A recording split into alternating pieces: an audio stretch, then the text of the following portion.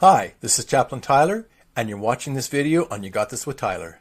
I've tried to record this video a number of times and haven't been able to, probably because the emotion of it is still very strong in my mind and in my heart, even 25 years later. This is probably the most challenging and difficult case that I ever had. Challenging on me personally because I didn't know what I was doing, and the stakes were really high. I was dealing with insanely hurt people, and because there was pressure to get an outcome, because they needed the room in the emergency area that the family was in. So let me begin by saying that it was a Friday evening, late afternoon, early evening, and I got a call on the emergency pager to come to be with the staff, because the staff had been working for several hours on trying to save a 2-week-old baby, and the baby wasn't going to make it. There was a congenital heart issue that was not caught at birth, and it wasn't until the baby started having some respiratory distress and came into the emergency room with the family that they did the tests that found the problem. There wasn't anything that could be done at that time. It is what it is. So I was there to be with the staff because they were absolutely broken up about this. So I was in the emergency foyer area, talking with the guard who manned the admittance area, waiting for the staff to get together. When on my right-hand side and the other side of the foyer, the double doors into the trauma pods, burst open, and a young woman, probably 22, 23, 24 years old, came running out of the doors, hunched over, crying and sobbing, and just, to say that she was beside herself and in agony was probably an understatement.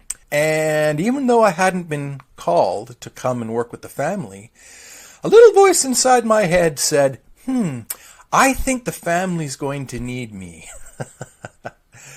And so I went immediately and called the chaplain backup to come, the chaplain on call, second on call, so that they could work with the staff when they were ready, and I would work with the family. And while I waited for that other chaplain to come in, I started to think about how I could work with the family. Well, turns out that young woman who had come bursting through the doors was the aunt of the father and the mother, and a couple more family members were still in the trauma pod, but there was a problem. The problem was that the father, the moment the baby died, he went into a catatonic state. Catatonic meaning non-responsive state, where he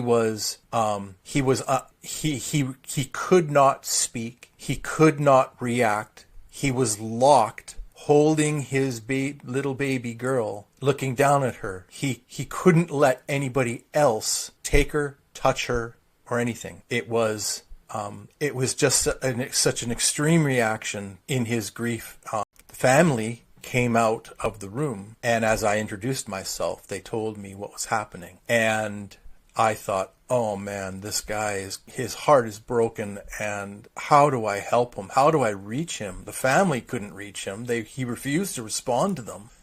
What can I do? So I went into the trauma pod and slipped in the back curtain area, and I came in seeing him on a chair. He was holding his baby. I couldn't see the baby. And what I did is that I opened the curtain, and then I just stepped inside. I didn't go near the man at first. A minute or two later, I came in again, came a little bit closer, stood there for a little bit, and then went back out. Third time, I come in. This time I come over the right hand shoulder, and I'm looking down as he's looking down at his baby girl. And I just stood there. I didn't say anything. I just stood. And I personally watched the the baby turn color, this gray color I can't describe. And that affected me a lot, not only because it was a baby girl, but because I had a niece that had been born 2 weeks previous. And I began to, in my trauma, began to identify this little baby girl with my niece. I figured that the best thing I could do is to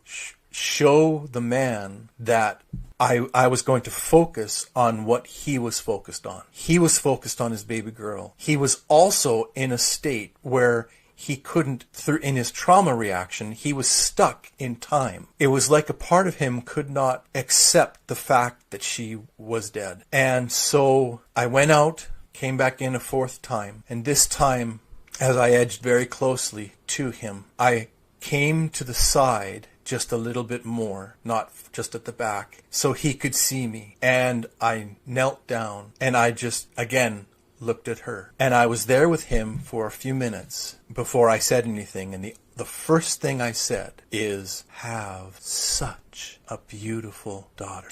And I said it in the present tense. You have, not you had, you have. And I looked at him just a little bit out of the corner of my eye, and I saw a tear start.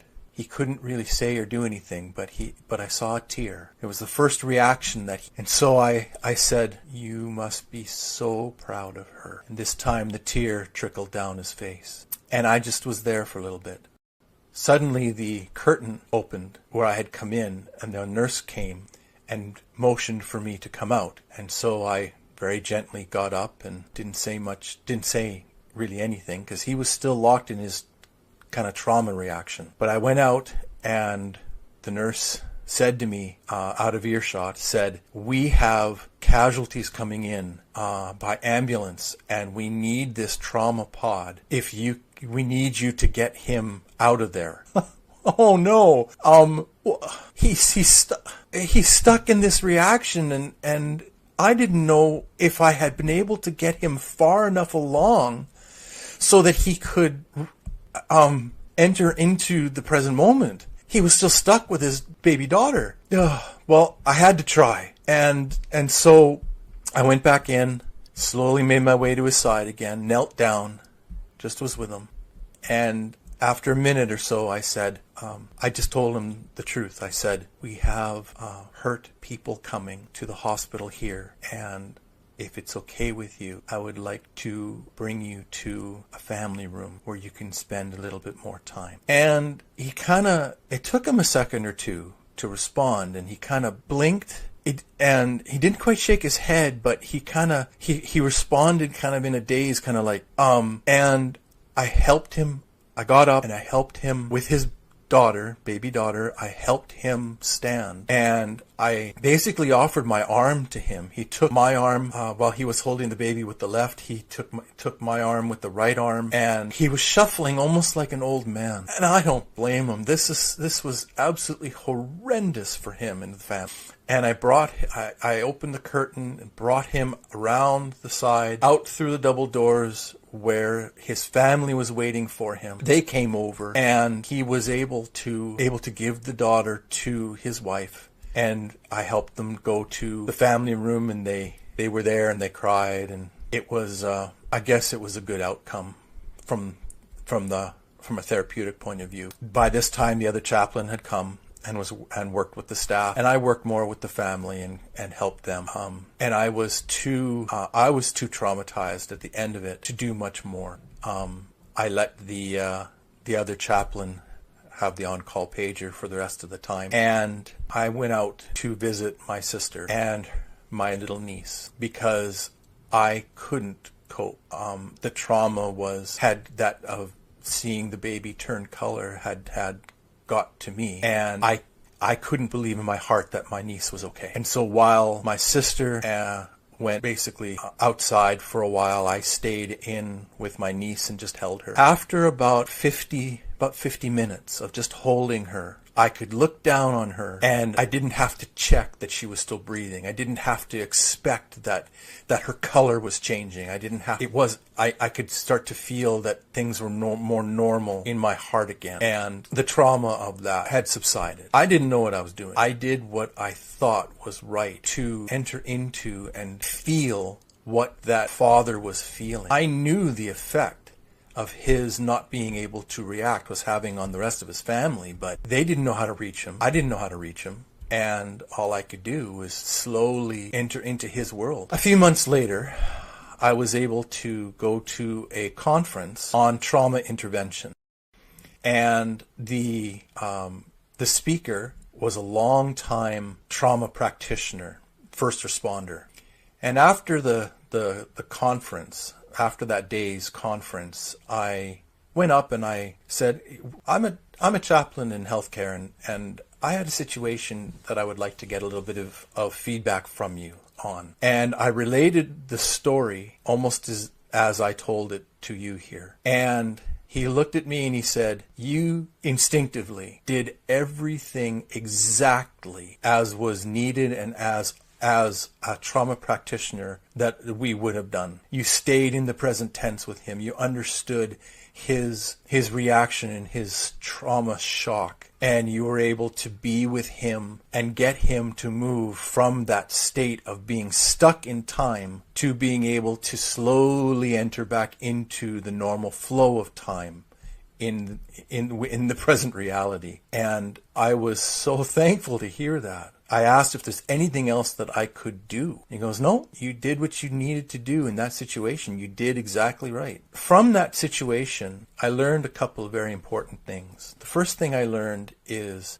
that empathy means that you go and to where the person is that you are supporting. You go where they go. You understand what state they're in, what's important to them, what their focus is, and then you show them that you get it. I could have said to this guy, even lovingly, I could have said, I'm sorry your baby died. But that shows that the baby's in the past tense. His reaction showed that he was not able to accept that.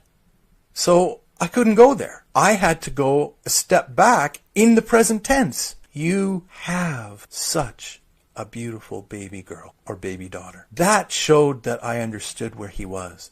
I don't know if it was instinct. I don't know if this was a God thing. I don't know if this was just plain luck. I tend to believe that God led me. Again, a little voice inside my head said, you got to help the family. I hope that was God. But it's all I could do. So empathy is more than just feeling. It is, you have to show the person that you understand where their focus is and be with them in that. The second thing I learned is that when trauma affects a person, secondary trauma in this case, and the person that it affected was me, I couldn't ignore it. It was not something that I would just be able to put to the side and say, oh, I'll get to that later. No. I called my sister right away and said, this is what happened. I need to hold her. And my sister understood and let me do that. And I learned that you can't ignore it. If it affects you, the first step is to recognize it. Second step is to do something about it. Unrecognized, untreated trauma, whether it's primary traumatic stress or secondary traumatic stress, will destroy someone over time. It will come out in ways that we don't think. I don't know what would have happened to me if I would have let that go on too long. So I learned trauma is not something to trifle with. It's something to be acknowledged. It's something to recognize, identify, and do whatever it takes to fix. Now, not all situations can be fixed that easily. I was able to address it because I had the means. But whatever it takes, don't ignore it. Do what you need to do in order to be healthy. Because if you're not healthy, you're no good to yourself and you're no good to anybody else. I was able, because I dealt with it, to go back to the emergency room and be on call and work with children, and I was fine. I don't know if I wouldn't have addressed it, maybe I wouldn't have been able to. Maybe it would have stayed with me too long. So there you have my personally, my most difficult traumatic case for myself. There have been lots of cases that have been challenging and lots of challenge in different areas, but that's the one that probably affected me the most. And I'm glad to be able to share it with you. I hope that it has not traumatized you. I'm an advocate for treating secondary traumatic stress, and I don't want to cause it. But I thought it was important to share. If this helps somebody understand a little bit more how to work with somebody in a traumatic, especially a catatonic traumatic state, great. And if this just is interesting to you, that's good too. In any case, my next couple of videos are going to be a little bit lighter. The next video is going to be some of my failings and what I didn't do well. And then the next video after that is going to be three lessons that I learned from specific cases. And then I'm going to move into some of the more odd cases I've had where there are things that have happened that I can't explain. And I'll share that with you too. This is Chaplain Tyler signing off. I hope you have a blessed rest of your day. Remember, I see you, I believe in you, and you got this. Take care.